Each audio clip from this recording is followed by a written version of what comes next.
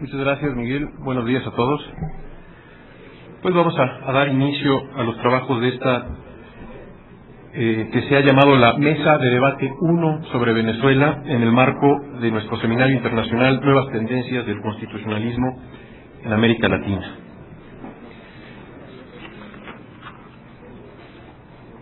Hace un año, o hace casi un año, se organizó en este instituto un seminario también internacional en el que se examinaron los procesos constituyentes recientes de 3 países latinoamericanos: Bolivia, Ecuador y Venezuela. En aquella ocasión, los distintos analistas, juristas que participaron en dicho evento, se observaba que el retorno de la democracia a nuestra región en la década de los 80 del siglo XX trajo consigo el resurgimiento de la tradición del constitucionalismo clásico y de la opción por el constitucionalismo social. Sin embargo, se observó también en aquel ejercicio de reflexión que a partir de la última década del siglo XX comenzaron a percibirse en la región algunas tendencias que apuntaban hacia un modelo de Estado y de régimen político distinto. Algunas de dichas tendencias novedosas, se dijo, parecían estar vinculadas con lo que podría caracterizarse como una crisis estructural de algunos estados en la región. Dicha crisis puede caracterizarse o podría conceptualizarse en términos como los siguientes: la pérdida de credibilidad, confianza y respeto del ciudadano hacia el Estado, motivado por el alejamiento del Estado en relación con el ciudadano; la exclusión y marginación de amplios sectores de la población, no solamente respecto del sistema constitucional, sino respecto de la estructura económica, social y política del Estado; la inadecuada distribución de la riqueza social, lo cual ha generado desequilibrios muy graves en términos del desarrollo económico y del desarrollo humano; elevados índices de pobreza y de desocupación; la crisis del sistema político y del régimen de gobierno democrático representativo, caracterizado por la pérdida de credibilidad, representatividad y legitimidad de los gobernantes y de los partidos políticos. En aquel entonces, diversos analistas observaron que la marginación y la exclusión económica, política y social pueden llevar al cuestionamiento del modelo económico, del sistema político, de la institucionalidad democrática formal, del sistema constitucional en su conjunto, para decirlo en una palabra, y propiciar la aparición de tendencias constitucionales que se salen de los moldes tradicionales del constitucionalismo. En ese sentido, se advierte en la región una tendencia que enarbola la bandera de construir una sociedad más igualitaria y de lograr inclusión social, una tendencia que enarbola la bandera de reivindicaciones históricas muy legítimas y que propone un modelo de organización político, social, económica y cultural particular, que incluye elementos del constitucionalismo liberal y del constitucionalismo social contemporáneo, pero que agrega otros elementos que no se encuadran o no se ajustan, digamos, a los cánones o a los moldes de la teoría constitucional tradicional y a la teoría política de eso que llamamos, de esa construcción que llamamos el Estado constitucional y democrático de derecho. Bien, para hablarnos de estas nuevas tendencias y específicamente en relación con el con la experiencia de Venezuela, tenemos con nosotros en esta ocasión a dos distinguidos constitucionalistas de dicho país. En primer lugar, presento al doctor Carlos Ayala Corao, quien fue presidente de la Comisión Interamericana de Derechos Humanos y fue también relator sobre derechos de los pueblos indígenas de las Américas. El doctor Ayala Corao, asimismo, es actualmente presidente de la Comisión Andina de Juristas y es presidente de la sección venezolana del Instituto Iberoamericano de Derecho Constitucional. Es profesor de Derecho Constitucional, lo ha sido en diversas universidades en Venezuela y también lo ha sido en otros países, entre ellos México, en donde ha impartido cátedra de Derecho Constitucional en la Universidad Iberoamericana y en la Universidad Panamericana. Con mucho gusto doy ahora el uso de la palabra al doctor Carlos Ayala Corao. Muy bien, muy buenos días y por supuesto mis primeras palabras de agradecimiento a los organizadores de este evento, en particular al doctor Jorge Carpizo, al doctor Héctor Ricierro y por supuesto a Daniel Sobato por la participación en la organización de este seminario y por la invitación, y decirles que de nuevo me siento muy contento de estar en México, de estar aquí entre ustedes en el instituto que tantas veces he estado, y por supuesto en compañía en este panel dirigido, coordinado por José María Serna y con la presencia de Carlos Miguel Escarrá Malavé, con quien compartí pues desde mis años de estudiante universitario muchas ideales, muchas participaciones en asambleas, y de quien nos conocemos hace mucho tiempo y profesamos un respeto y una amistad. Yo voy a comenzar haciendo el puente necesario, ya que intervengo de primero, con la Constitución venezolana de 1961, producto de lo que se llamó el espíritu del 23 de enero del 58, luego de la caída de la dictadura, y que fue una constitución, digamos, aprobada en un espíritu de consenso, donde prácticamente ninguna fracción política salvó su voto, ni siquiera el Partido Comunista, y que comenzó una lenta evolución con una serie de dificultades, una constitución, podríamos decir, más enmarcada dentro de un Estado social de derecho, con una lenta evolución en el desarrollo de ciertas instituciones, con un déficit inicial, digamos, en mecanismos de protección de derechos y que fueron desarrollándose lentamente, como el amparo constitucional, la descentralización que vino a desarrollarse tardíamente con la elección de gobernadores y alcaldes y transferencias de competencia, y que en ese desarrollo tardío, pues básicamente cuando el Poder Judicial comienza a adquirir algunos niveles importantes y relativos de independencia en la conformación de la Corte Suprema, ya casi en sus últimos años comienza a desarrollar instituciones como el amparo, consolidar instituciones como el control judicial de los actos de la administración, el contencioso administrativo, y un aspecto muy importante, diría yo, en la afirmación de su independencia fue que fue capaz, como pocas cortes supremas de este hemisferio de América Latina, de enjuiciar a un presidente en ejercicio, primero suspendiéndolo de su cargo y luego condenándolo. Fue objeto de 2 enmiendas. En el ínterin, en los años 60, pues fue objeto de ataque de diversos movimientos o levantamientos armados, tanto de derecha como de izquierda. En el año 92, de 2 intentos de golpe de Estado que dieron lugar a una serie de reflexiones sobre el agotamiento del modelo político, el agotamiento del modelo económico rentista, y que dio lugar a unas propuestas de reforma general de la Constitución que en ese mismo año fueron presentadas, una comisión bicameral presidida en ese momento por el senador vitalicio Rafael Caldera, pero que no tuvo la suerte de lograr una aprobación final, y de allí nació, inclusive desde el año 92, la idea alternativa de una Asamblea Nacional Constituyente que fuese capaz de producir esos cambios constitucionales.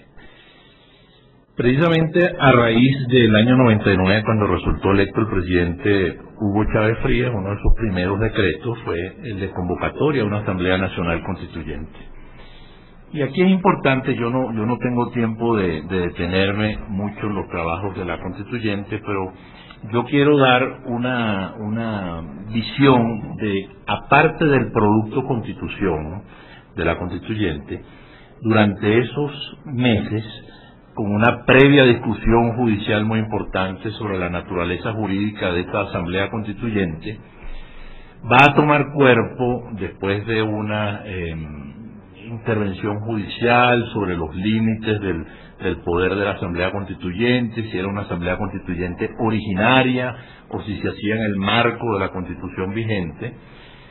Y a pesar de que la propia decisión judicial ordenó modificar una de las bases para la convocatoria de esta Asamblea Constituyente a fin de que se dijera que no era originaria, sin embargo, desde la propia instalación de la Asamblea Nacional Constituyente, el 8 de agosto, al dictar su estatuto de funcionamiento, se afirma como un poder originario. En su primer artículo establece que puede limitar o decidir la cesación de las actividades que conforman los órganos del poder público y que todos estos quedaban sujetos a ella.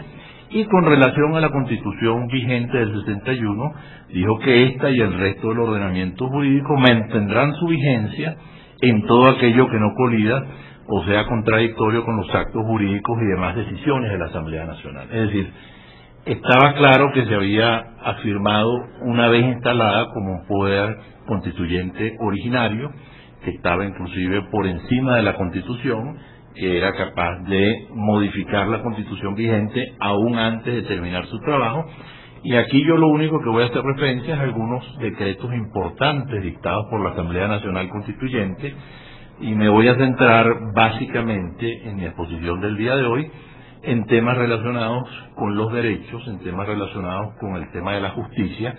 Por supuesto, por razones de tiempo, voy a dejar otras áreas temáticas muy ricas afuera porque no me daría tiempo de cubrirlas. Pero se dicta un primer decreto de reorganización de los poderes públicos y un segundo decreto, el 18 de agosto del 99, de reorganización del Poder Judicial. Se decreta por la Asamblea Nacional Constituyente en emergencia y reorganización el Poder Judicial, se nombra una comisión de emergencia judicial, y ahí la Asamblea Constituyente hace una especie de intervención del Poder Judicial, con una comisión integrada por 4 miembros constituyentes en ejercicio y 5 miembros designados, y que va a tener una serie de competencias y el régimen del Poder Judicial, subordinando a ellos los trabajos de los poderes existentes como el Consejo de la Judicatura.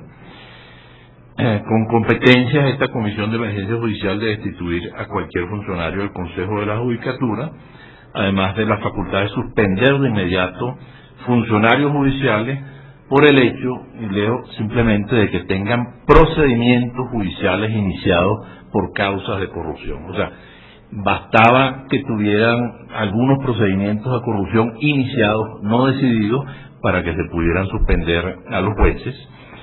Y además ordenó al Consejo de la Judicatura, este decreto, la destitución inmediata de jueces y otros funcionarios, cito una de las causales, cuando las sentencias de los jueces hayan sido revocadas reiteradamente por manifiesto desconocimiento del derecho en virtud de las apelaciones ejercidas.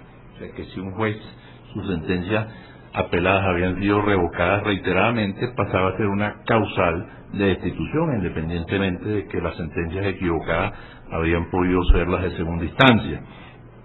Y las destituciones de jueces no se les dio recurso judicial al principio, sino que solamente se podían apelar ante la Asamblea Nacional Constituyente.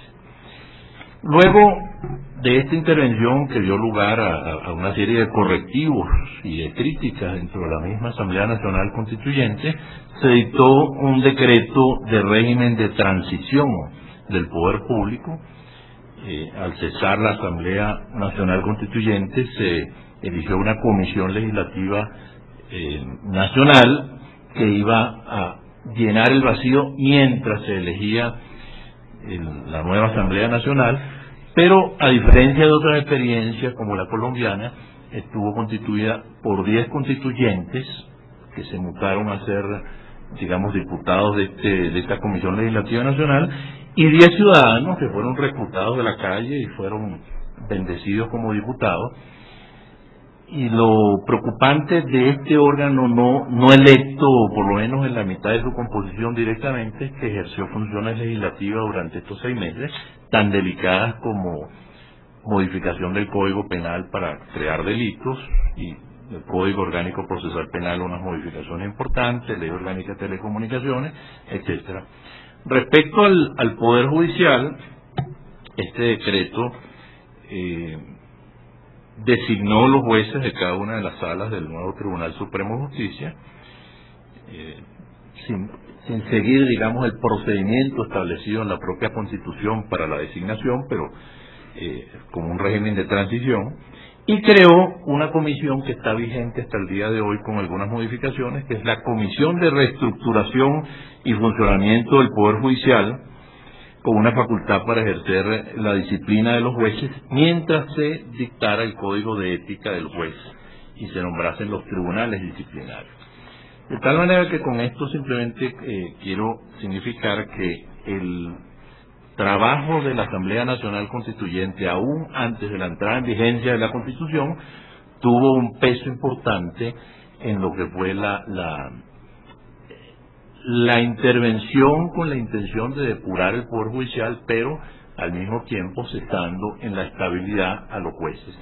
Venezuela tiene un problema que yo diría que es de vieja data respecto a su Poder Judicial, no es nuevo, es viejo, y en ese momento hubo una primera ola de intervención del Poder Judicial, después hubo una segunda ola, hace 2 días se anunció una tercera ola de intervención del Poder Judicial.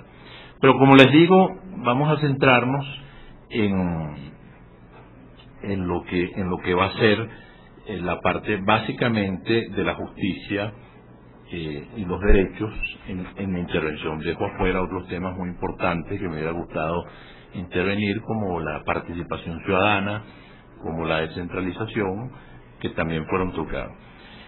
A nivel de los derechos, bueno, una decisión muy importante del artículo 23 constitucional fue darle jerarquía constitucional a los tratados sobre derechos humanos y afirmar que prevalecen en el orden interno en la medida en que contengan normas sobre su goce de ejercicio que sean más favorables. Recogió pues toda la doctrina de la Corte Interamericana de Derechos Humanos sobre la obligación de investigar y sancionar, y estableció un artículo 31 muy importante, el derecho de amparo internacional, el derecho de toda persona de ejercer conforme a los tratados ratificados por Venezuela sobre derechos humanos, dirigir peticiones y quejas a órganos internacionales para solicitar el amparo a sus derechos, y la obligación del Estado de adoptar las medidas necesarias para dar cumplimiento a las decisiones emanadas de organismos internacionales previstos en esos tratados. En materia de derecho a la justicia, pues quedó consagrado el derecho a la tutela judicial efectiva, artículo 26, y luego en la organización judicial se afirmó la independencia del Poder Judicial, se creó el Tribunal Supremo de Justicia con 6 salas, y aquí se incorporó la Sala Constitucional, que básicamente yo diría en el derecho comparado tiene las competencias más amplias de control concentrado, ejercer un control difuso al final, un poder de revisión de sentencia, ha desarrollado un poder de interpretación autónoma de la Constitución. Es una sala verdaderamente con muchos poderes y atribuciones si la vemos bajo el derecho comparado. Le dio la administración del Poder Judicial al propio Tribunal Supremo de Justicia, y como recordamos antes, estableció el régimen de ingreso por concursos públicos de oposición, la estabilidad de los jueces, la jurisdicción disciplinaria en jueces y tribunales disciplinarios con base en un código de ética del juez venezolano, la jueza venezolana, que debe dictar el Tribunal Supremo de Justicia. Y por último, solamente mencionar un comité de postulaciones judiciales para la selección de candidatos a magistrados del Tribunal Supremo de Justicia, el cual estará integrado, nos dice la Constitución, por representantes de los diversos sectores de la sociedad. Bien, en la práctica, ¿cómo se ha desarrollado esas normas constitucionales?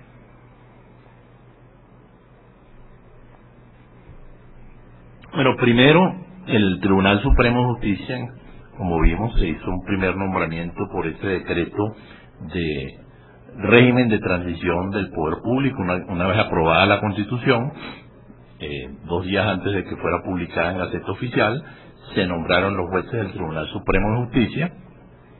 Luego, a finales de ese año, vino lo que se llamó la relegitimación y se dictó una ley para la ratificación y nombramiento de los jueces. Supuestamente los jueces que están en ejercicio serían evaluados. Allí hubo una decisión muy cuestionada, inclusive por muchos jueces que integraban el Tribunal Supremo, de la propia Sala Constitucional, en un auto de admisión de un recurso ejercido por la Defensora del Pueblo, eximiendo a los jueces en ejercicio del cumplimiento de algunos de los requisitos que establecía la Constitución. Pero vino entonces en el año 2000 ese proceso con un comité de postulaciones judiciales, y aquí vino pues una primera diferencia importante. Cuando la Constitución decía que el comité de postulaciones judiciales estaba integrado por los diversos sectores de la sociedad, la Asamblea Nacional entendió que diversos sectores de la sociedad no excluía a los diputados, y en esa oportunidad, como en la Ley Orgánica del Poder Ciudadano y en la Ley Orgánica del Tribunal Supremo de Justicia, estos comités están integrados en una mitad por diputados mismos, ¿verdad? Que quizás la idea, si uno ve los debates originales, de que esos comités estuvieran antes de la Asamblea Nacional integrados por sectores de la sociedad, y se integraron el resto por una serie de organizaciones postulantes, algunas afines, otras no afines al sector oficial. Y vino allí una elección de la Asamblea Nacional por un acuerdo en esta primera conformación del Tribunal Supremo, un acuerdo donde sí participaron las 2/3 partes de los diputados, digamos, con el oficialismo y algunos sectores de oposición, otro partido de oposición salvo su voto, pero básicamente vino esta primera designación. Un Tribunal Supremo que comenzó pues a funcionar, a dar algunos signos de alguna sentencia con cierta libertad, con cierta crítica. Quizás el punto álgido de las decisiones de ese tribunal, en un primer tribunal, en el anterior que les nombré, fue cuando inclusive se llegó a sentar en juicio por acusación del fiscal general al presidente, quien había sido el presidente de la Asamblea Nacional, por un juicio de utilización de fondos para la publicación de ejemplares de la Constitución, y algunos jueces que salvaron su voto en esas decisiones de no enjuiciar. Está con nosotros Carlos Miguel Escarracá, y creo que en su momento le pasaron la factura en la relegitimación, pero fue un primer campanazo de necesidad de controlar esas instancias judiciales. Y por eso es que el segundo problema que surgió en el año 2002, después del intento de golpe de Estado, fue un antejuicio de mérito a altos oficiales que habían participado en esa sonada, y con una interpretación que hemos criticado, que prácticamente hablaba de un vacío y que no había en ese momento cometido ningún delito. Pero aquí hay una crítica: ¿por qué estaban esos militares en un antejuicio de mérito y no enjuiciados directamente? Bueno, porque la Constitución del 99, por primera vez en nuestra historia, le había dado a esos oficiales ese privilegio del antejuicio de mérito del que no gozaban antes. A raíz de eso vino una crítica presidencial muy dura a esta decisión. Luego vinieron algunas decisiones de la Sala Electoral en el marco del proceso del referéndum revocatorio en el año 2003, y en el 2004 vino una ley orgánica del Tribunal Supremo de Justicia a derogar, por supuesto, la ley anterior orgánica de la Corte Suprema de Justicia,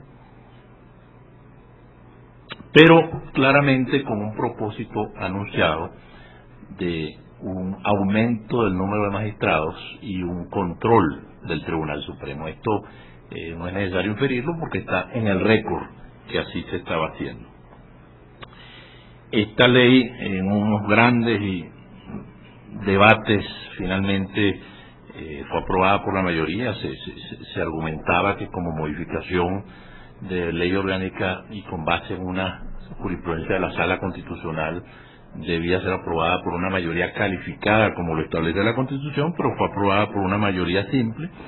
El diputado del oficialismo que presidía la comisión parlamentaria pasó, después de aprobada esta ley, a ser designado juez magistrado de la Sala Constitucional, y la comisión de nombramiento de los nuevos magistrados está en el récord que su presidente dijo expresamente que no se dejarían meter autogoles, que se consultaría inclusive al presidente, y que los candidatos que no estuvieran comprometidos con el proceso revolucionario, por más bueno currículum que tuvieran, que se abstuvieran de participar porque no iban a ser designados. Pero básicamente lo que me interesa retomar de esta ley fue el aumento del número de magistrados, que por cierto ahora recientemente, a veces de vez en cuando se oye propuestas de volver a reducirlo, y un mecanismo de anulación del nombramiento sin tener que seguir el procedimiento para remoción de jueces que implica una mayoría calificada. Allí se removió al magistrado ponente de aquella sentencia crítica del año 2002 del antejuicio de mérito, el doctor Arrietty, que había sido nombrado, varias renuncias de magistrados de la sala electoral, y total que hubo una oportunidad de nombramiento de una mayoría importante. Yo les había mencionado que el diputado Luis Velázquez Alvaray pasó a la Sala Constitucional y además a presidir la comisión judicial, y fue famoso porque en un solo día se destituyeron en un estado 68 jueces, después en otro día en otro estado por denuncia de corrupción se destituían decenas de jueces. Ahora, paralelamente a este sistema ha venido funcionando una comisión de reestructuración y funcionamiento del Poder Judicial que yo les mencioné, que había sido nombrada por la Asamblea Nacional Constituyente. Lo interesante es que ese nombramiento que hizo la Asamblea Nacional Constituyente un buen día en el año 2006 por una medida cautelar de la Sala Constitucional y sin ningún procedimiento, digamos, previo ni de consultas, salió el nombramiento de nuevos miembros mediante una medida cautelar de esa comisión que ejerce la disciplina de los jueces, mientras se dicta un código de ética que les he mencionado y se crea la jurisdicción de jueces, que no ha sido creada en 10 años, que ha habido sentencias de la Sala Constitucional exhortando a la Asamblea Nacional que lo apruebe, e inclusive de la Corte Interamericana de Derechos Humanos. Ahora, hay otro órgano de gobierno judicial que se llama la Comisión Judicial del Tribunal Supremo de Justicia, que es integrada por magistrados y que tiene las siguientes funciones. En primer lugar, el nombramiento de los jueces titulares, que en principio solamente deben ser aquellos que participen en concursos públicos de oposición. De hecho, hay un reglamento dictado por el Tribunal Supremo con todo el procedimiento para la celebración de concursos públicos de oposición, precalificación, exámenes, etcétera. Pero estos concursos básicamente se suspendieron en el 2001, como lo ha declarado en su momento el presidente del TCJ, y recientemente un magistrado, o ex magistrado, porque aunque está jubilado todavía aparece en la sentencia, el doctor Cabrera, dice que inclusive en su momento se dieron cuenta que se habían filtrado algunos exámenes y los suspendieron. Básicamente, salvo algunos aislados, no se han hecho concursos públicos de oposición. ¿Qué se ha hecho mientras tanto por la Comisión Judicial? Se han nombrado jueces libremente, sin concurso, pero lo más complicado es que también estos jueces se han removido libremente. ¿Qué quiere decir esto? Inclusive, por informes mismos, si se pueden ver en la página web del Tribunal Supremo, esto llegó al 80% de jueces provisorios. Jueces provisorios son abogados que someten sus credenciales, son nombrados libremente, pero luego la comisión judicial puede dejar sin efecto su nombramiento, así como les estoy diciendo, sin causal alguna, sin procedimiento alguno y sin derecho de recurso judicial. La Sala Político-Administrativa fue desarrollando esta jurisprudencia. En el año 2007 se dictó una sentencia el 20 de diciembre aislada donde retomó la estabilidad, y aquí ocurrió un fenómeno muy interesante que nos habla de un activismo a veces desmesurado de la Sala Constitucional, y es que de oficio, sin ningún recurso, tomando conocimiento que en la página web del TCJ la Sala Político-Administrativa había hecho este cambio de jurisprudencia, la Sala Constitucional anuló esa sentencia que le daba cierta estabilidad a los jueces provisorios, para afirmar que su nombramiento es discrecional, se designan, estoy leyendo la sentencia, de manera discrecional, no gozan de estabilidad, y en consecuencia los jueces y juezas provisorias que son susceptibles de ser separados de su cargo de la misma manera que lo fueron designados. Si ustedes ven las resoluciones de la Comisión Judicial, simplemente le comunican a un juez: su nombramiento ha sido dejado sin efecto, punto, sin causal, sin procedimiento ni derecho de recurso judicial. Hoy en día, según información del propio Tribunal Supremo de Justicia, ha llegado a un 40%, se ha disminuido del 80% a un 40%. La pregunta es, si no se han hecho los concursos públicos de oposición, ¿cómo se ha reducido ese número? Bueno, ese número se ha reducido porque en el reglamento que dictó el propio Tribunal Supremo de Justicia sobre los concursos públicos de oposición hay unas disposiciones transitorias que se llama de la titularización de jueces provisorios. ¿Qué quiere decir esto? El mismo juez provisorio que se designa a dedo se le somete a un programa intensivo de formación, se le hace una evaluación, se convoca con nombre y apellido a ese juez, o sea, no es un concurso abierto y competitivo, más nadie puede participar que ese juez provisorio a quien se llama evaluación, y al final, si pasa las pruebas, es designado titular. Indudablemente, ese no es el mecanismo, eso es violatorio del mecanismo de los concursos públicos de oposición. Aquí vemos un fenómeno muy interesante y atípico de lo que puede ocurrir en otros países, en el sentido de que en otros países es el Poder Ejecutivo directo que interviene al Poder Judicial. Aquí más bien, como vimos, fue una toma de poder del Tribunal Supremo de Justicia, y todos estos actos es una intervención desde el Tribunal Supremo de Justicia al Poder Judicial. Indudablemente que, como se ha visto, esto ha generado falta de transparencia en los nombramientos, corrupción, y yo se lo podría decir yo, pero en palabras de la presidenta del Tribunal Supremo de Justicia, en el día de ayer o antes de ayer anunció una nueva ola de destituciones y de revisión de más de 600 nombramientos por la corrupción que hay en el Poder Judicial. Falta de independencia, porque un juez que se le nombra y simplemente se le puede destituir sin ninguna causal ni procedimiento no goza de independencia. Bajísimos niveles de tutela judicial,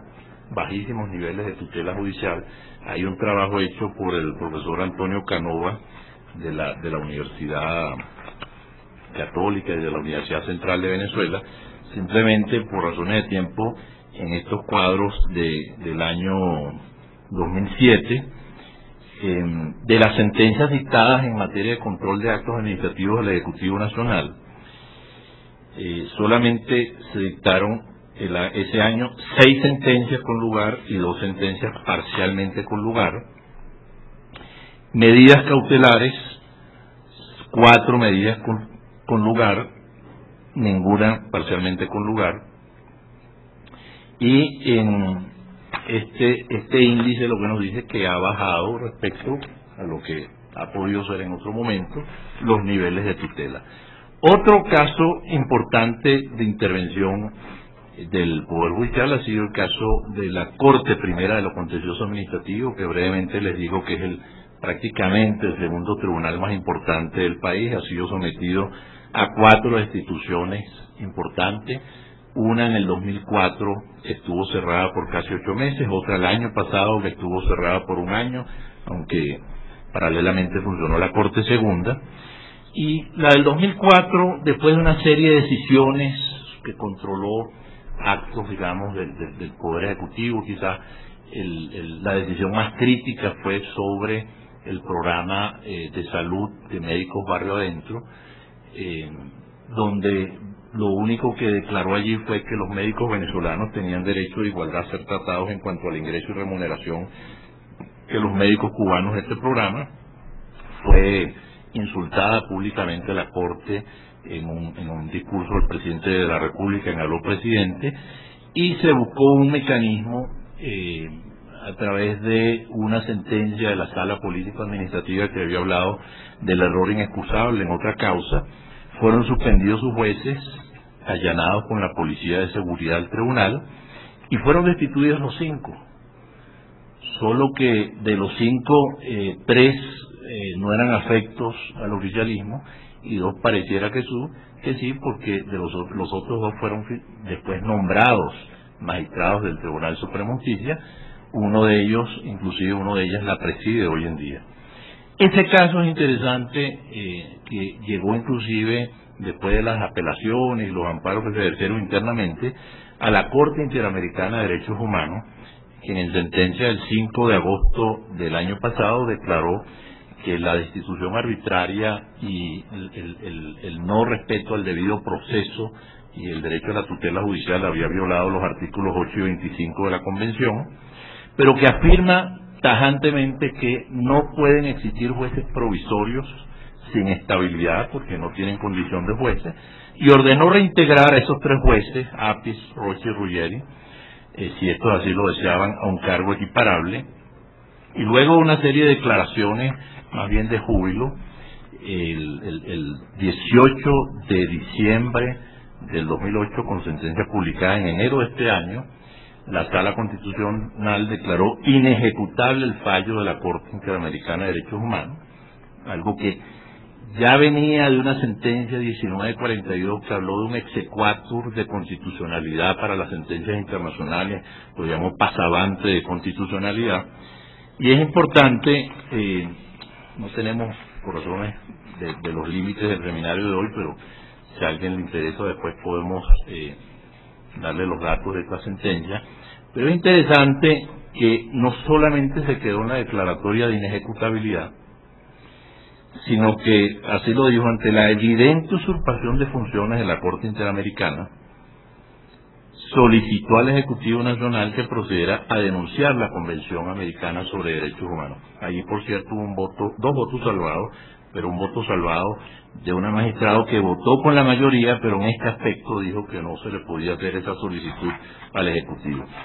Y básicamente lo importante de esta sentencia es que es una sentencia que habla del estándar de adecuar el fallo internacional al orden constitucional interno, declara la inejecutabilidad y se fundamenta como precedente para ello, y esto la verdad es que es bien cuestionable, en unas sentencias del Tribunal Supremo Militar Especial de la época de Fujimori, la Sala Plena del Consejo Supremo de Justicia Militar del Perú del 30 de mayo del 99 en el caso Castillo Petrucci, que quiero decirles que después del regreso de la democracia en Perú, esas sentencias fueron dejadas sin lugar y Perú pasó a ejecutar todas las sentencias de la Corte Interamericana de una manera incluso ejemplar.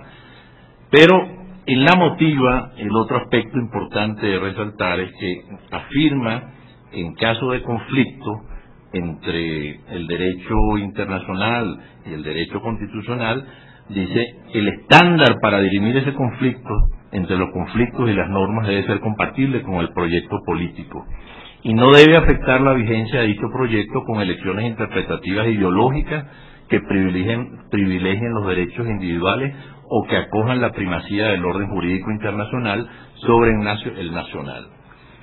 Hay muchas cosas que podríamos comentar sobre esta sentencia en otra oportunidad, pero por razones de tiempo no tenemos. Indudablemente que la sentencia tenía algunos antecedentes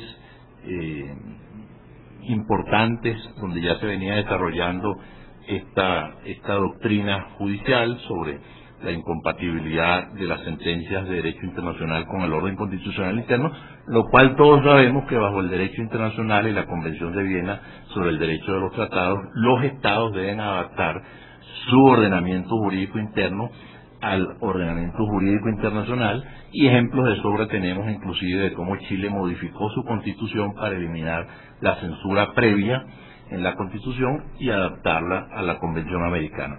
Pero desafortunadamente no es un caso aislado, tenemos una serie de sentencias, la sentencia del Caracazo, donde solamente se pagaron las indemnizaciones, pero la impunidad sobrevive al día de hoy, inclusive con una sentencia del 27 de julio del 2006 de la Sala Constitucional que afirma la impunidad, autorizando un sobreseimiento de uno de los acusados. Tenemos la sentencia de la masacre del retén de Katia, la de las desapariciones forzadas de Vargas sin ninguna ejecución. Tenemos medidas provisionales de 4 centros penitenciarios. Venezuela tiene en este momento el peor sistema carcelario en este sentido de cifras. Yo me atrevo a decir no solamente del hemisferio sino del mundo. Lo digo con mucha tristeza. Estamos hablando de una población penitenciaria de 18.000 personas con más de 400 muertos dentro del sistema penitenciario. Lógicamente no son homicidios que cometen las fuerzas de orden público, salvo algunos, pero son riñas internas y de mafias de personas que están bajo custodia del Estado. Y hay otras medidas provisionales relacionadas con defensores, con periodistas que igualmente tienen problemas de cumplimiento. Bueno, por razones de tiempo, ustedes han visto que yo me he centrado básicamente de cómo normas constitucionales de la Constitución del 99, que se refieren a derechos humanos de mucha avanzada, normas que se refieren a un poder judicial independiente y que ensamblan perfectamente con el principio de independencia judicial que está en los tratados internacionales, cómo en la práctica no se ha venido implementando. Después de 10 años podemos hacer una evaluación y preguntarnos si ha contribuido la justicia, si ha contribuido la jurisprudencia de la Sala Constitucional a fortalecer un poder judicial independiente, si ha contribuido a fortalecer un Estado social y democrático de derecho, como postula la Constitución, de derecho y de justicia, si ha contribuido esa justicia y su jurisprudencia a fortalecer los derechos humanos, si ha contribuido a una mayor justicia social, y me temo que las respuestas son más bien pesimistas. Más bien lo que observamos recientemente es una especie de mutación de la Constitución del 99, del proyecto de la Constitución del 99.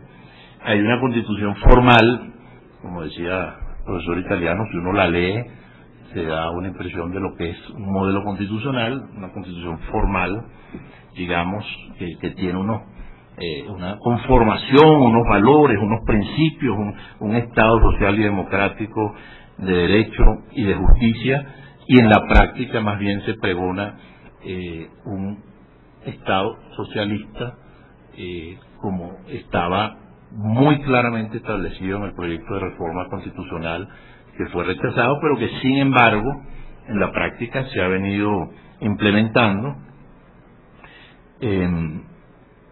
Y una reflexión final, y es que frente a todos estos temas que por cierto José María Serna nos hablaba, de la exclusión, de la pobreza, de la falta de tomar en consideración como protagonista al pueblo en sus decisiones, si los avances que pueden haber existido en ese campo, ¿verdad?, que pudiera ser objeto por supuesto de otra mesa de evaluación en los avances de los derechos económicos sociales y la participación, pero en definitiva si el constitucionalismo social o alternativo se puede lograr a costa del Estado constitucional. Es indudable que las experiencias de Europa y de América Latina, tanto de regímenes de derechas o de izquierdas que han intentado eso, han fracasado, y mi conclusión indudablemente es que no se puede pretender lograr el Estado social sacrificando el Estado constitucional de derecho y con ello en definitiva a la democracia misma. Muchas gracias.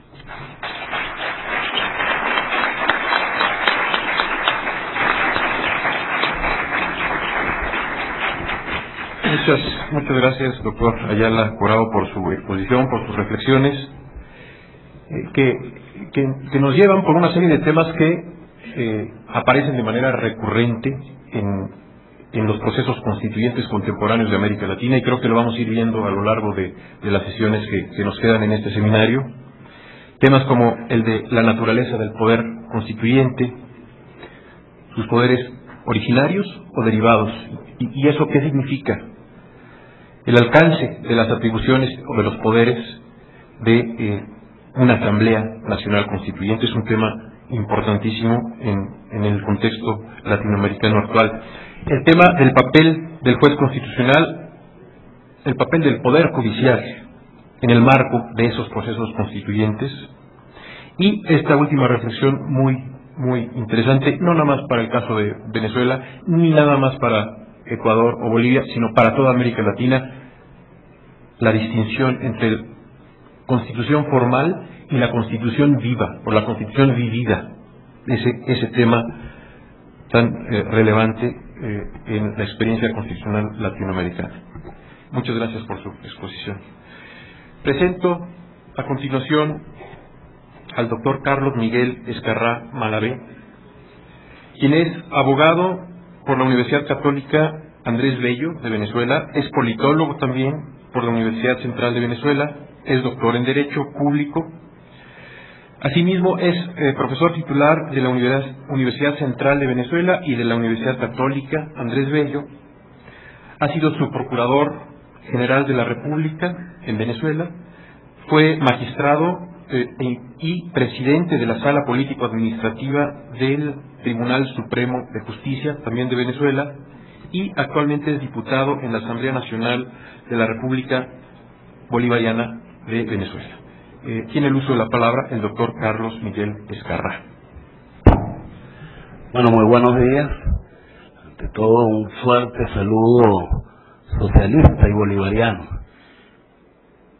Uno tiene muchas tentaciones cuando tiene el derecho de palabra. Yo oí antier algunas exposiciones y uno tiene la tentación de responder. Sin embargo, uno igualmente le mandaron a hacer un trabajo que no entregué. De hecho, entregué 3 trabajos por otro tipo de razones, pero en todo caso quería decirles que es el choque entre la tentación de lo que uno quiere decir y lo que debe decir en definitiva. Vamos a ver si nosotros podemos de alguna forma amalgamar estas cosas. Venezuela tiene el honor de tener la 4ª constitución escrita del mundo.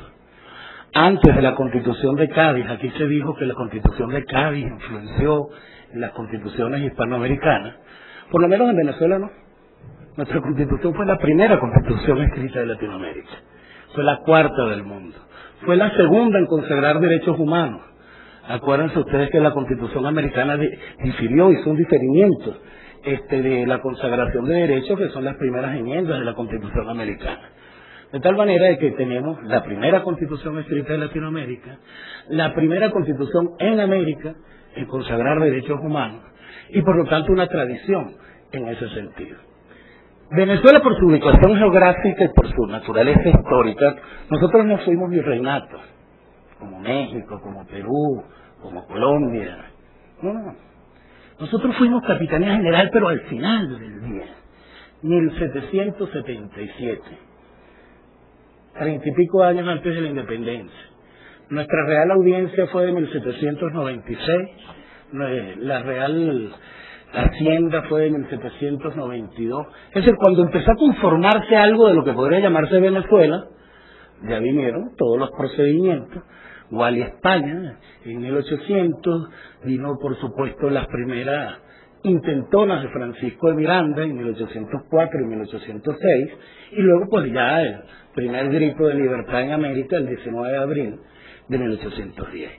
Y fíjense, y la gente dirá, bueno, ¿y por qué primero? Primero porque fuimos últimos en todo lo demás, porque no fuimos virreinatos.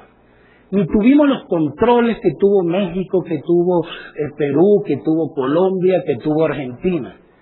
Nosotros, como decimos los jusevistas, los de la Universidad Central, éramos tierra de nadie. Éramos la entrada de un subcontinente que se reservó el imperio por razones geopolíticas. Pero esa misma reserva, no existe internet, no existían submarinos, buques, aviones, ni nada. Por supuesto, trajo consigo no tan solo el contrabando de especias, sino el contrabando de libros. Las primeras grandes publicaciones sobre el ilustricismo y los efectos de él se hicieron en Venezuela. Y se hicieron en Venezuela precisamente porque éramos una tierra de contrabando. Y de contrabando de ideas, un fuerte contrabando de ideas. Eso nos hizo atípicos, diferentes, totalmente diferentes, irreverentes. Uno acá va a Colombia, va a Perú, va a una serie de países y es su merced, don, señor. Venezuela no es, ¿para qué hubo? ¿Cómo estás, vale? En Venezuela somos más igualados. Y somos más igualados porque nacimos en un ambiente totalmente distinto al ambiente de ustedes. Por lo tanto, el juicio de nosotros es el juicio del espejo de nuestra historia. Y es el juicio de lo que fuimos, como fuimos precursores del constitucionalismo en Latinoamérica, evidentemente entendemos que nosotros estamos creando una nueva corriente constitucional, que no se alimenta, como alguien dijo aquí, de los franceses, los alemanes, los españoles, que son unos fenómenos traduciendo a los alemanes y haciendo suyos los conceptos. No, eso no fue. De verdad que no es. Nosotros sencillamente quisimos asentar instituciones nuestras. Aquí se decía, la representación indígena, Venezuela tiene menos de un 2% de etnias indígenas. No porque nos las mataron como acá en México, como en Perú. Sencillamente porque eran menos. Y no teníamos grandes construcciones, no tuvimos imperios ni antes, ni ahora, ni después. Somos un país esencialmente antiimperialista. No tuvimos esas grandes construcciones porque el trópico nos prestaba a ellas. Y porque de verdad en Venezuela uno tira una piedra y nace una masa. O sea, ahí hay una realidad distinta. Y tiraban en un suelo y salió un pescado. Eso fue una realidad distinta. Quedó el 2%. Una resistencia indígena muy fuerte, muy fuerte, frente a la invasión española. Sin embargo, por supuesto que quedó menos de un 2%. Ahora tenemos más de un 2% de representación directa de los indígenas en la Asamblea Nacional. Bueno, vamos a analizar eso. Vamos a analizar de que en Venezuela más de 3 indígenas entran a la Asamblea Nacional por procesos propios. Además de los que pueden entrar en los procesos normales como entre ellos. Pero ¿por qué analizamos? Porque es interesante. Yo estaba en el Senado de México ayer, y se está discutiendo una norma para que las mujeres tengan un 30% de participación política. Señores, en Venezuela es el 50% de participación política paritaria y alternativa. No te vas a meter a la mujer de 12ª suplente, sino va un hombre, una mujer, un hombre, una mujer, o una mujer, un hombre, una mujer, un hombre. Porque somos, en definitiva, y respetamos la igualdad de género. Ese es un problema interesante de analizar. Pero es que el racional positivismo que alimenta el constitucionalismo formal choca con todas esas ideas. No las entiende, quedan como quedan las computadoras cuando error en el sistema. Me explico, y se vuelven locos, entonces dicen, no, allá está ocurriendo una locura. No es una locura. Allá se está sembrando una idea. Es distinto. ¿Por qué no analizamos? Empezamos a analizar otras cosas. Más allá de las cifras, por cierto, Carlos Manuel es mi amigo hace más de 30 años. Me ganó una elección en la universidad, ¿te acuerdas, Carlos? Él iba por un grupo llamado el Bloque de Derechos y yo iba por un grupo que era el Movimiento de Integración de Izquierda. En la universidad, no una pena, estuvo interesante esa elección y somos amigos. Y podemos, desde nuestra época universitaria hasta ahora, debatir con respeto como lo haremos toda la vida. Bueno, les decía, podemos analizar una serie de puntos. ¿Por qué no analizamos el concepto de Estado? Porque aquí todo el mundo agarra la banderita del Estado de Derecho. Y baja, ¿qué es el Estado? O sea, ¿el Estado es una institución inherente a la persona? ¿O el Estado nació después de 10.000 años de humanidad? Lo primero que tenemos que revisar es el Estado, la noción de Estado. ¿Qué Estado? El Estado liberal burgués de derecho. Oye, ya tiene 200 años, hermano. No hay mal que dure 100 años ni cuerpo que lo resista. Y menos acá en Latinoamérica. Entonces vamos a analizar la institución del Estado. Me parece importantísimo que la analicemos. Pero y Estado de Derecho, porque es la segunda bandera formal engominada, con corbata y todo lo demás. Yo tengo 30 años dando clases, también puedo hablar así. Ahora, ¿qué es el derecho, no? El derecho es un fin en sí mismo, y ahorcamos la sociedad. Entonces nosotros vamos a propugnar la legalidad formal. Legalidad formal que en mi país, hasta no hace mucho, dividía a nuestros hijos en naturales, legítimos, sacrílegos, adulterinos, y tan solo los hijos nacidos en el matrimonio tenían derecho. Esa es la legalidad que queremos, ese es el Estado de Derecho que queremos. O que si una mujer, mi pareja, me encontraba a mí haciendo kikiriwiki con otra mujer y me pegaba par de tiros, eso era homicidio calificado. Pero si yo la encontraba a ella con otro tipo haciendo kikiriwiki y le pegaba par de tiros, era motivo de honor, hermano. Hasta 6 meses era la pena. Ese es el derecho que queremos sostener, ¿vale? Ese es el Estado de Derecho. Sí, no. De verdad que no. De verdad que yo creo que nosotros estamos entrando a una nueva etapa en la humanidad. Y no voy a repetir aquello que decía Maritán, ¿no? De que quizás no hemos osado mucho. Nos hemos quedado mucho en los planteamientos formales, engominados, enclaustrados. Vamos a ver el derecho vivo. Gómez Robledo, ¿qué es la justicia? ¿Y qué significa la justicia material? ¿Y qué significa entonces el derecho? ¿Es un instrumento o un fin? Bueno, nuestra Constitución dijo que es un simple instrumento. Duélale a quien le duela. Y que el proceso es un simple instrumento. Porque a nuestros abogados, a nuestros alumnos, a nuestros estudiantes y a nosotros mismos, cuando lo fuimos, ¿cómo haces tú para ganar un juicio sin tener razón? ¿Cómo haces tú para dilatar un juicio cuando en realidad lo que estás metiendo es la pata? Entonces, habían las grandes tribus, como la llamaban, con respecto a los indios. En realidad las grandes mafias judiciales en Venezuela. De los grandes escritorios en Venezuela. Hasta mi generación, que es la misma de Carlos Manuel. Los administrativistas todos eran capiritos. El primero de mulato que llegó a ser administrativista fui yo, porque todos eran capiritos, hermano. Y me recuerdo una vez en un foro así en una universidad, no voy a mencionar el personal, que dijo, ¿y qué hace este negro aquí? Había una discriminación profunda, y más en el área del derecho, y más en el área del derecho público, porque en el derecho público, como todo el mundo puede decir, bueno, porque si de acuerdo a la teoría de Tomás Kuhn en la revolución científica, concordada con la tesis de tal, y entonces aquella verborrea, para en definitiva no decir nada. Un poco como es un cuento de mi pueblo. Un tipo que fue a ver a un abogado, el abogado le dijo, bueno, vamos a aplicar aquí una acción pauliana, alegamos la rebus sic stantibus o la norma de plete contractus, y sale el pobre tipo y se encuentra el compadre y le dice, ¿cómo te está con el abogado? Le dice, oye, el tipo sabe mucho, no le entendí nada. Entonces estamos acostumbrados a eso. Oye, de verdad que yo lo puedo hacer. Yo tengo 30 años dando clases. Pero creo que se trata de otra cosa. Yo creo que Latinoamérica está viviendo una nueva etapa. Y si no nos damos cuenta de eso, y no es un problema de cabezas blancas o negras o nada, es un problema de percepción del tiempo. El signo de nuestros tiempos, como decía Tilar de Carrano. Y si no entendemos el signo de nuestros tiempos en Latinoamérica, nosotros vamos a quedar en auditorios como estos diciendo, bueno, el Estado constitucional que se basa en la teoría del Estado de Derecho sobre la base de una legalidad formal en virtud del respeto a la norma. Eso lo puedo decir y yo repetirlo, por favor. Pero eso no es la realidad de nuestro pueblo. La realidad de nuestro pueblo es Ciudad de México, con 25 millones de habitantes, casi la población completa de Venezuela. Y grandes cordones de pobreza como los tiene Venezuela, como los tiene Colombia y como los tiene todos los países de Latinoamérica. Ese es el problema. Donde el derecho se ha quedado hacia atrás. Y los abogados ya no somos protagonistas, olvidémonos de eso. Quedémonos para protagonizar novelas. Pero en la realidad social no lo somos. De verdad que no lo somos. Hay una realidad que está palpitando, está latiendo de una manera distinta.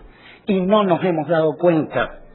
Porque seguimos en nuestros claustros encerrados, investigando encerrados, viendo la realidad a través de las revistas o los periódicos, y no palpando esa realidad. Yo creo que hay que retomar el concepto de Estado. Vamos a discutirlo, no tengo problema. Desde su concepción descriptiva, territorio, población y poder público, hasta su concepción sociológica. Vamos a discutir el concepto de Estado y vamos a discutir el concepto de derecho para que hablemos de Estado de Derecho. Porque si no, estamos hablando de palabras huecas, que suenan muy bonitas, ojo, y pueden ser muy convincentes en determinados momentos. Pero cuando no le damos contenido real a ellas, no estamos haciendo absolutamente nada. Carlos Manuel decía con mucha razón, el artículo 2 de nuestra Constitución señala que somos un Estado social y democrático de derecho y de justicia. Social y justicia. El Social Rechtsstaat, la ley fundamental de Bonn, si lo quieren ver así, o la Constitución de Weimar, o si quieren todas las tesis de Pablo Lucas Verdú en España, o si quieren cualquier clase de tesis, yo también puedo citar autores. Las podemos ver. ¿A qué significa el Estado social? Ya que vivimos de complejo, porque es uno de los argumentos míos allá en Venezuela, entre paréntesis, no lo digo por ustedes. Ya que vivimos de complejo, yo agarré un día y peleé por una decisión del Tribunal Constitucional alemán. Entonces le dije, cuando un Estado se asume como Estado social, el derecho se debilita y la acción política del Estado es más importante. Y esa acción política del Estado tiene que estar en función de los que han sido excluidos. Por supuesto, en el foro todo el mundo, ¿qué eres socialista? Tribunal Constitucional alemán. Entonces, todo el mundo se quedó tranquilo porque lo dijeron los alemanes, y si lo dijeron los alemanes debe estar bien, pues me explico. Ahora, si yo hubiera citado una sentencia de Haití, hubieran dicho que estoy loco, ¿me explico? Pero lo dijeron los alemanes, Uy, entonces lo dicen los alemanes, esos tipos son sesudos, porque de verdad que lo son. Hay que reconocer que estos panas se dedican a la cuestión, ¿no? Y ahí entonces entonces vamos a definir Estado social. Y yo defino, me parece buenísima la definición de los alemanes.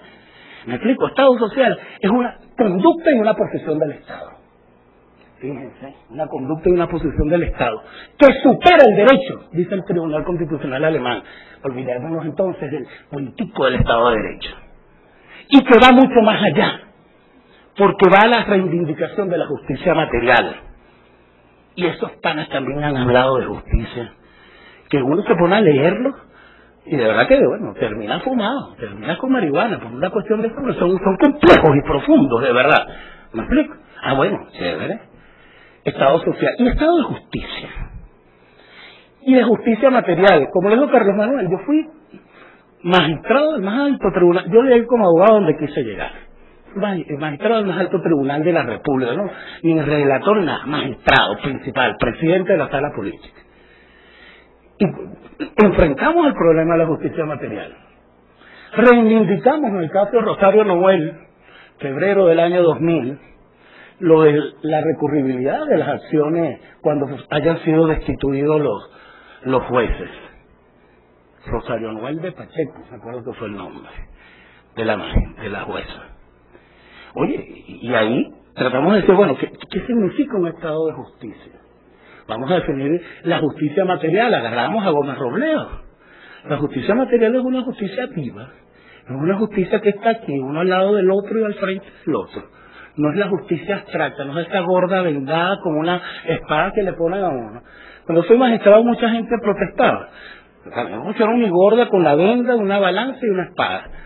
Y yo le he dado un foro, muchos años antes, en Aragua, donde soy diputado, donde yo decía que la justicia para mí es una hermosa mujer desnuda que camina por las playas de mi intimidad.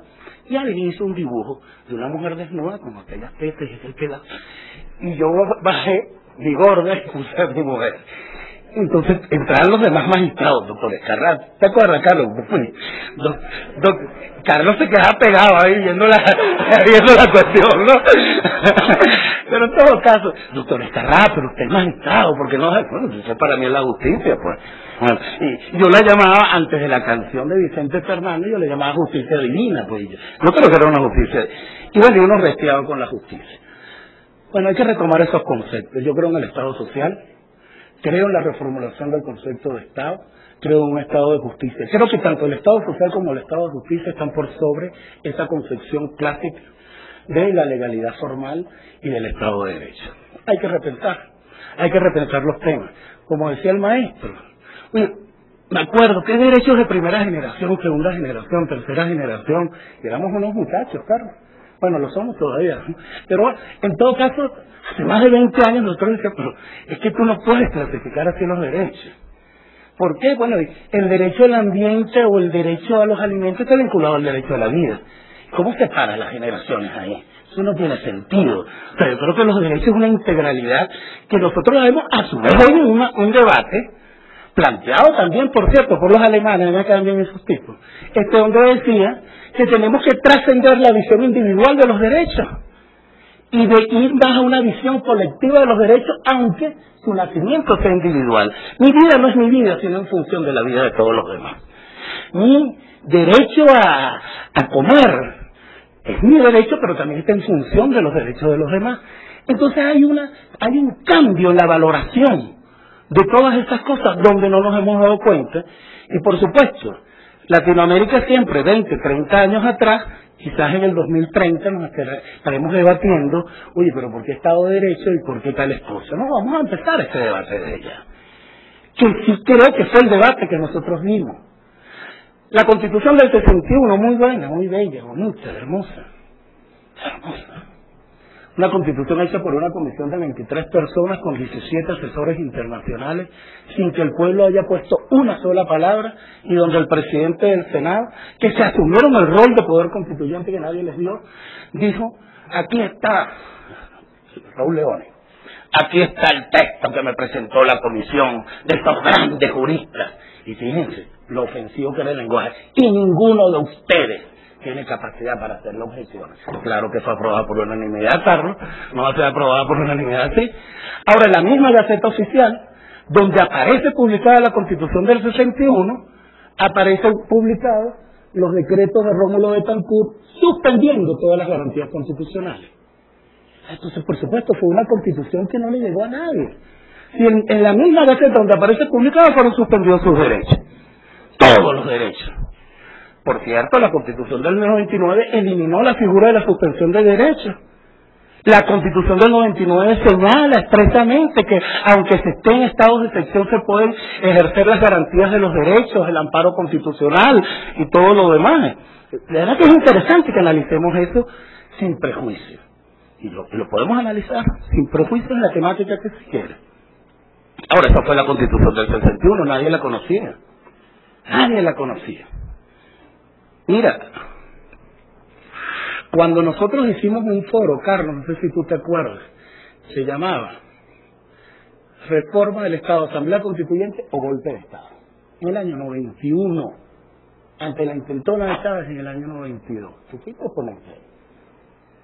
Porque ya la descomposición del Estado era evidente. Oíamos una reforma integral, que era la tesis de Caldera y la comisión bicameral. Ojo, que nunca se terminó, porque cuando se discutió el artículo de la libertad de expresión, se trancó. Yo formé parte de la comisión. Se trancó, sencillamente se trancó, porque los grandes medios, hermanos, por supuesto de grandes sectores privados, dijeron que eso del derecho a la réplica obligatorio, de información veraz y oportuna, que eso no iba con ella. Y ahí trancaron el proyecto de reforma. ¿Qué quedaba? Golpe de Estado, Asamblea Constituyente. Y me acuerdo que el doctor Caldera me dijo, yo no puedo ir a un foro donde tú planteas la idea del golpe de Estado. Le dije, presidente, yo soy politólogo, además abogado. Esta es la situación del país. Si nosotros no vemos el país cierto, sino que vemos el país de las oficinas, no nos estamos dando cuenta de lo que está ocurriendo. Y esa descomposición desde el punto de vista judicial con las tribus judiciales, para el año 98 el 97% de los jueces eran provisorios. Para el año 2009, este año, tan solo el 60%. Hemos avanzado poquito. Deberían ser de ahorita todo. Es verdad, pero coño, se ha avanzado en un 30 y pico % de lo que teníamos. Con eso lo hemos arreglado al Poder Judicial. Y yo le decía en privado a Carlos, si en algo no tan solo no hemos avanzado, sino que yo creo que hemos retrocedido, es en el ámbito del Poder Judicial. Por lo tanto, yo suscribo la mayor parte de las cosas que dijo Carlos. Quizás no los datos estadísticos, pero sí el contenido, el fondo, sí, claro que lo suscribo. Yo suscribí, pues, un voto salvado contra Luis Miguelena cuando era el jefe político. Salía de magistrado. pero si yo creo que algo le da a uno esta profesión, después que te quitas los tabúes y los dogmas, es poder hablar libremente. Nosotros estamos viviendo un choque de paradigmas. Volvemos a Tomás Kuhn, teoría de la revolución científica. Un choque de paradigmas. En ese choque de paradigmas se está creando un nuevo concepto de las relaciones de poder. Ese nuevo concepto de las relaciones de poder, incluso de las relaciones humanas, todavía el racional positivismo no ha podido con él. Sencillamente no ha podido, no lo entiende, no lo digiere. Y no lo entiende ni lo digiere porque el racional positivismo obedece pues una escuela del pensamiento jurídico que evidentemente confrontada con el naturalismo por un lado y confrontada por otro lado pues, con el colectivismo, es sencillamente una visión del derecho, no es el derecho. Como mucha gente dice, no, esto es el derecho. Bueno, ¿por qué? Porque lo digo yo. Bueno, eso es chévere. Eso no es así. Es una discusión, una dialéctica que tenemos que plantear. La metodología del derecho tenemos que cambiarla. Ahora, ¿somos capaces de cambiarla? Es la pregunta. Y yo lo planteo en diferentes escenarios, Carlos Manuel, y tú lo sabes, desde la Asamblea Nacional hasta un escenario académico. Si nosotros no somos capaces de cambiar la metodología del derecho y seguimos analizando el derecho como se ha analizado desde hace 200 años, bueno, entonces pegamos el derecho hace 200 años. Y lo que le estamos haciendo son pequeños maquillajes y pequeñas visiones reformistas, pero no estamos teniendo una visión a fondo, profunda de lo que es el derecho. Nosotros, por supuesto, la Constitución del 61, Carlos Andrés Pérez en el 90 y no sé cuánto, fue que quitó la suspensión de las garantías constitucionales. Fueron suspendidas durante el 61 que se promulgó hasta el 90 y pico. 90, 91, no me acuerdo exactamente. Bueno, ¿qué constitución es esa? Bonita, sí. Dice como que tiene una novia lejos. Hermosa, hermano, pero no hay amor, no hay piel, no hay nada. ¿No me explico? Eso pasaba con la constitución del 91, del 61. Y el quiebre del Estado, desde el punto de vista judicial, con las grandes tribus judiciales, las mafias en el Poder Judicial, que no se han acabado, que se han renovado y que incluso se han hasta perfeccionado en sus métodos, estamos claros en eso, no hemos hecho gran cosa sobre eso, es verdad. Por otro lado, un 80% de pobreza, decía uno de los expositores, el de Chile, pero cuando yo leía Fuente en el 1996, pues hermano, estamos en el 2010, 2009. O sea, yo te puedo dar las fuentes ahorita del, ¿cómo es que se llama? El Latinobarómetro y las cifras de los organismos internacionales. En Latinoamérica, Venezuela es el segundo país con mayor índice de felicidad. De felicidad. Vamos a echarle plomo si le gustan los números, ¿pues? Y agarremos el Latinobarómetro y está en los primeros índices, primero, segundo, en casi todos los ítems positivos. Nosotros disminuimos el desempleo del 22 al 7%. Nosotros disminuimos la pobreza del 80 al 16%, pero tenemos, al 26% y un 16% pobreza crítica. Pero la tenemos todavía. Pero no esos datos del 96.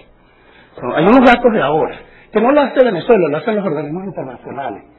¿Sobre la base de qué? A crear en la Constitución un modelo, democracia protagónica y participativa versus democracia representativa.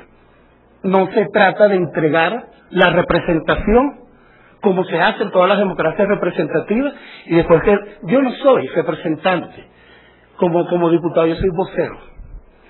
Todos los cargos de elección en Venezuela son revocables, todos los cargos. A mí me pueden revocar, a partir de este año creo que me pueden revocar. El del presidente de la República cada 3 años. El de los gobernadores y alcaldes cada 2 años. Bueno, esa es la democracia. Artículo 5 de nuestra Constitución, 6. La soberanía reside intransferiblemente en el pueblo. Intransferiblemente en el pueblo.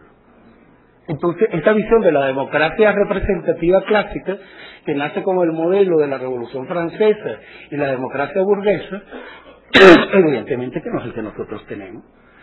Por eso entonces nosotros hemos tenido 15 elecciones en 10 años, hemos tenido 5 referendos y podemos tener 100 más. Y por eso es que hay una transferencia y cambia el concepto de descentralización, ya no es el concepto orgánico material, sino que hay un concepto, si descentralización es transferencia, bueno, ¿a quién transfiero? al pueblo. Entonces se están estableciendo todo lo que significa el poder popular a través de los consejos comunales a quienes se les transfiere lo mínimo que se les transfirió. A cada consejo comunal en los años anteriores por año fueron 30 millones. Y a su vez, en proyectos especiales, consejos comunales que les dieron 5 y 6 millardos para ejecutar planes. Y de repente tirársela asfaltado estoy poniendo un ejemplo, yo no conozco esto técnicamente, de 10 kilómetros. Una empresa privada le cobraba al Estado 600 millones. Lo hacía el Consejo Comunal y le costaba 150 millones. Ustedes en el robo, en todo eso. Además, el Estado está transfiriéndose la descentralización que establece el 158 como política nacional de acercamiento del poder al pueblo para lograr mayor eficiencia y eficacia en la gestión. Bueno, ese es un concepto distinto al concepto de descentralización que venimos manejando en estados, en municipios, en institutos autónomos. Bueno, pues hablamos del cerebro. Entonces el problema es, y eso ocurre, ojo, cada vez que vienen ideas nuevas, hay una resistencia, es natural. ¿Me explico? Ahora, tenemos entonces también que entender la dinámica de un tiempo, porque la dinámica de un tiempo no es Venezuela, no es Bolivia, no es Ecuador, es ahorita El Salvador, es Nicaragua, es Chile, es Argentina, es Brasil, es decir, y acá hubo una votación muy reñida. ¿Me explico? Pero lo que les quiero decir con esto es, hay unos nuevos aires en Latinoamérica, que si no lo entendemos nosotros, que nos creemos científicos y profesionales y todo lo demás, miren hermanos, nos van a echar al margen y criticaremos y diremos y clasificaremos, como cuando uno discute el tema, que tenemos que hablar así como a pedacitos todo, ¿no? Como cuando uno discute el tema de la reelección. Entonces tú dices, bueno, pero Conrad Adenauer y Helmut Kohl estuvieron 47 años. Pero eso es parlamentarismo, no. Un momento. El tema es si una persona puede estar gobernando mucho tiempo o el tema es el parlamentarismo. Si el tema es si una persona puede estar gobernando, todos van a gobernar 46 años Alemania. Vamos a ver entre la Thatcher y Tony Blair cuánto. Pero ese es parlamentarismo. No. Estamos hablando de quiénes. Pero ellos pueden ser revocados. Y también. El único país que tiene revocatoria de jefe de Estado es Venezuela. Es el único país. Creo que ahorita la de Ecuador, no estoy seguro. Sí, ¿no? Me disculpo. Pero ninguna otra. Tienen de los jefes de gobierno, pero no de los jefes de Estado. Entonces vamos a replantearnos también el problema de la democracia que lo estamos debatiendo. Claro. Para mí es incompatible. Lo que no quiere decir que tenga la razón yo. Lo que estoy diciendo es vamos a debatirlo. Democracia con monarquía, para mí, con todo respeto, es incompatible. Para mí la democracia está vinculada a la república.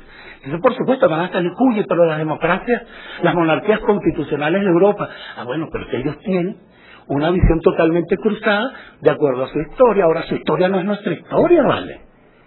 Entonces la discusión también de la reelección del presidencialismo es muy fácil decir, esto conlleva la arbitrariedad, ¿y cómo hacemos con los monarcas europeos? Pues los quitamos, los volamos. Porque pues están toda la vida y no los eligió nadie. Que yo sepa, nadie votó por ellos. Ahora, por los presidentes acá, en todos los sistemas donde está, ojo, la reelección tan solo no está en 4 países. Cambia si es de inmediato o no es de inmediato, cosa que me parece que no es el fondo del tema.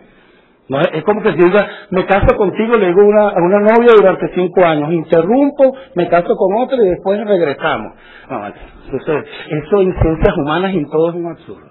Eso rompe continuidad, planificación estratégica, planificación normativa, todo lo que ustedes quieran. Bueno, pero es un tema a discutir, que se está discutiendo en Latinoamérica. ¿Y por qué nosotros tenemos que ser europeos? No decía el Libertador. Él decía, no son los códigos de Washington ni de Europa los que debemos copiar. Nuestras leyes deben parecernos a nosotros. Y por supuesto, como los procesos de integración, que también hay una nueva visión en todos ellos. Además de la tradición de Santander, invitando a los gringos al Congreso Anfictriónico de Panamá. Son conductas. ¿Cómo que decía alguien? No estoy ofendiendo, estoy haciendo una descripción o unas características. Alguien aquí lo dijo antes, que me pareció genial esa idea. Bueno, en todo caso, lo que les quería decir, hay una nueva visión de los modelos de integración. El ALBA. Vamos a ver quiénes están reconstruyendo Haití. Y Haití está aquí con nosotros, hermano. Y es un país donde hay gente como nosotros también. Entonces, hay que repensar un conjunto de temas. Yo creo que estamos viviendo una nueva era desde el punto de vista de las relaciones de poder, desde el punto de vista de la definición del Estado, desde el punto de vista incluso del derecho. El control difuso, ¿cómo es?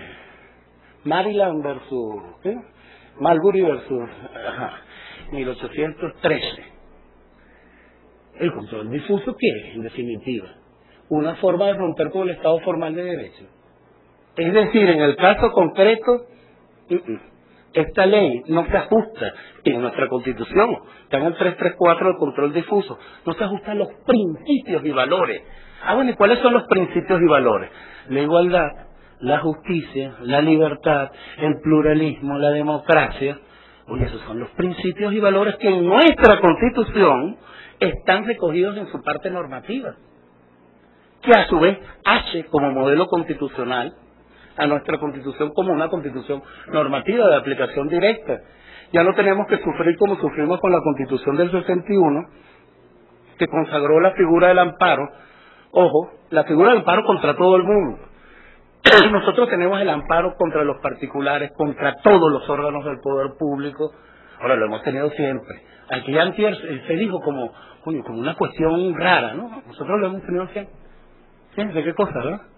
En el control de la constitucionalidad tenemos el difuso, sistema anglosajón, el concentrado, sistema alemán, el preventivo, el sistema francés.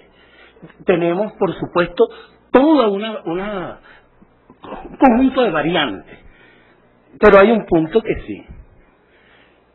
Si nosotros separamos a la Constitución y vemos la Constitución como un hecho formal, como un conjunto de normas, o vemos a la Constitución como un hecho político que es producto, en definitiva, de los valores de la sociedad. Bueno, esa es parte de la discusión. Yo creo que la Constitución no es un conjunto de normas pétreas y frías. Yo creo que la Constitución es producto precisamente de sentimientos, valores y esperanzas que tiene una sociedad. Eso hace, por supuesto, que estemos en una nueva etapa constitucional. Que si no entendemos esa nueva etapa constitucional, vamos a quedar rezagados. Y entendemos que esa nueva etapa constitucional empezó con un conjunto de modelos, te repito, ya van por 3 estados que lo estudian. Caso Venezuela, algo así como cuando tú vas al zoológico a ver una jirafa. Caso Bolivia, entonces vas al zoológico a ver un hipopótamo. Caso Ecuador, y vas al zoológico a ver no sé qué carrizo. No, hermano, es caso Latinoamérica. El caso es Latinoamérica entera.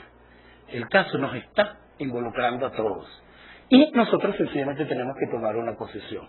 O seguimos siendo los sostenedores de una manera de ver las relaciones de poder y la sociedad, o sencillamente somos agentes de un cambio y de una transformación social. Muchas gracias.